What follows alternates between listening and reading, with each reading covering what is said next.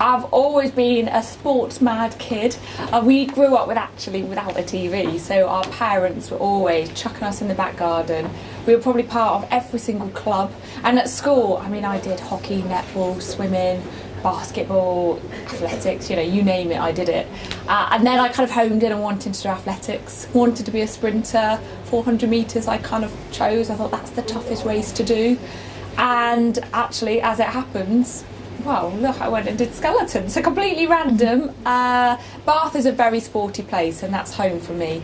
And I was always training at Bath University, and that's actually where there's a skeleton and bobsleigh push track. So I kind of just took myself along and had a go one day, and then, yeah, I guess became a skeleton athlete. Being a sports athlete or retired athlete or anyone who's just interested in sport, I think it has so many benefits. Obviously, you've got the physical side, keeping your body fit, your muscles toned, you know, your heart pumping and being fit, and then you've got the mental side that sport gives you. You're, you know, releasing all those endorphins. You're releasing all that energy and, you know, those good vibes, and mentally you get that release. And I think if you've had a hard, stressful day at work, run around the block for 30 minutes, and how much better do you feel? And waking up, doing a morning yoga session, starting the day off in that real positive light and feeling, and doing meditation, I think it's really important. You know, stop going to the doctors, just go to a gym or join a class or do something like that, and you'll get so many benefits. Another benefit of doing sport, and a lot of things that we used to do as athletes, was using water therapy, using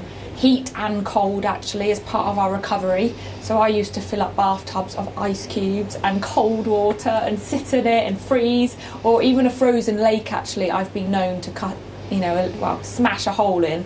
And so water, whether it's hot or cold, it's got so many benefits for your muscles and as an athlete, or for a non-athlete actually. The relaxation you can get from sitting in a hot tub, sitting in a jacuzzi. You've got so many other benefits as well, from, you know, that kind of mental wellness and, you know, almost like calm and de-stressing at the end of the day, whether it's actually because you've just gone and done a hard training session, or you've just had a tough day in the office, sat at your desk all day, to sit in a jacuzzi with some jets on your back, kind of, you know, relaxing your posture and switching your brain off at the end of the day. I mean, what more could you want? Now, as a retired athlete, my training regime is quite different. I used to train 2-3 times a day, every day.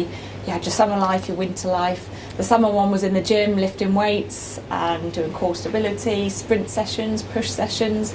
And now I'm plagued with injuries, so I am head to toe pretty much broken. But for me, I recently, well, about a year and a half ago, found yoga. So I absolutely love doing hot yoga. We've got great studios in Bath, and that just de-stresses me from daily crazy work schedules and being with the gadget show. It's a lot of travelling around, long days filming. So whenever I can, I will always try and do yoga. For me, it works really well. And also just trying to jog, just short little jogs, whether it's 15 minutes, 20 minutes, you know, just to de-stress and just to keep fit and feeling like I'm still doing something is really important for me. For someone who is wanting to get a kind of balance and actually start either doing some fitness or finding they want to work and do more for their mental well-being, I think join your local gym, or if gyms kind of scare you, actually go to your health club. Go somewhere where you can sit in a sauna, in a jacuzzi. Use that as a kind of calming way. You can stretch in that jacuzzi, it's warm, it's hot water, and think outside the box. You don't actually have to be in a gym lifting weights to be fit and to have a positive spin on your life, whether that's meditation on your own in a quiet space, you know, for 5 minutes when you wake up, or whether that is taking yourself to a yoga studio, to a Pilates studio, or actually join the local health fitness, whether that's actually attached to a hotel or something if you can. You know, just whatever it might be. I think it's really different for many people. It might just be having a hot bath. If you've got a bath that's a little sort of jacuzzi bath, put on the bubbles. And at the end of the day, it just needs 5 minutes to de-stress, and I think the positives of that are huge on your whole entire life. I think it's always hard when it goes into the winter months. It's dark, it's dreary, it's rainy, it's wet. It is always hard to get motivated to go out. And as an athlete, you just accept it, you get on with it, that's your life. But not being an athlete, and I'm in the same situation as everyone else now, I've retired, you still want to keep fit, and yet it's dark at 4 o'clock. But I think you've got to remember why you're doing it, and you never regret it. You never regret going for that little jog or going to the swimming pool or whatever it might be. You always feel good afterwards. You're releasing all those happy, endorphins, and the benefit of that, you've just got to do it to remind yourself why it feels so good. But yeah, I mean, we all have bad days that we just cannot be bothered, but just don't have a bad week and a bad month and a bad year. Just, allow yourself 1 or 2 days of the week just to be like, nah, it's not happening. But you know what, even if it's just 5-minute sit-ups before, in the ads, or every ad before whatever your favourite TV show is, just do some stretching on the floor, do a few sit-ups, do a few press-ups, just something to keep yourself going and ticking over, and you'll always be smiling and grimacing at the same time. I think injury prevention as an athlete, is key. Your whole life is about protecting your body. You train so hard. The recovery and keeping stretching, keeping your body in one piece is really important. So for us as an athlete, it was the stretching sessions. It was doing all those core stability, all those little exercises. It was doing recovery sessions, be it in a sauna stretching, or if you had a hot tub or jacuzzi. It was looking after your body in all other ways apart from just being in the gym. Eating well, the effects of food and eating healthily and having, all your fruit and veg, it's really true. You need all of that and your protein to build your muscles. And I think your general well-being, I was always in bed really early, making sure I got all my sleep, is a bigger picture to keeping your body healthy. And yeah, each little bit of that picture counts to your recovery and keeping yourself strong mentally and physically. The one positive when you do retire as an athlete, I think, is that you can allow yourself cheat days. You don't have to train every day because you don't need to, and you don't feel you're not competing anymore. But I think it is hard, especially in that transition phase when you retire. You feel guilty for not training, and I think it's in you. You have to do something. And admittedly, my diet is not as good as it used to be. I never used to touch cakes, ice cream, chocolate, wine, alcohol. Now, yeah, you know what, I will. But on the flip side, if I want to have a slice of cake or whatever, I'll make sure the next day I will do some exercise. So I think it's hard. But then it's, if you're busy working, you got training schedules. Today I was up at 5:30 to be here. I won't get home till goodness knows what time. Working out is not going to happen. So you can't beat yourself up for it. And it's just making sure that when you do have a few hours free of a morning, then actually go out, do some exercise, buddy up with someone. I've got my running buddy who lives a few doors down, and I help her training when she's taking the kids to school. We buddy up and we encourage each other, and I think actually that's really important to be able to do that. I can't believe it has been 5 years since I won my gold, and it's funny because you don't really think about it, but for skeleton, we knew that someone had to win a gold medal in Vancouver Olympics to keep the funding going and to keep it there for the next one. And luckily in Sochi, we got another gold medal. And I think in sport, it's hard, especially in winter sport. You have to prove that you can get those medals to keep the funding. And yet if you don't have the funding in the first place, you can't get the medals. I think Vancouver and the gold there definitely put winter sport out there. The coverage that we had in Sochi in 2014 was much bigger with the coverage with BBC, and I was out there commentating on it all, and I think everyone comes to me like, we love watching winter sport, we want to see more on TV. And I think it's opened the eyes that actually nothing's impossible, and hopefully my gold medal in Vancouver did encourage that next generation.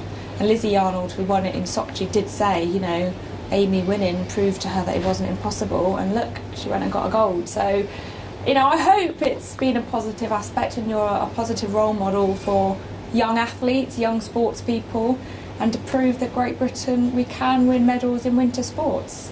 My gold medal has changed my life, of course it does, it has an impact, and since retiring, I've had so many different opportunities given to me, and it's great, it's strange, it's a strange thing to know what to do.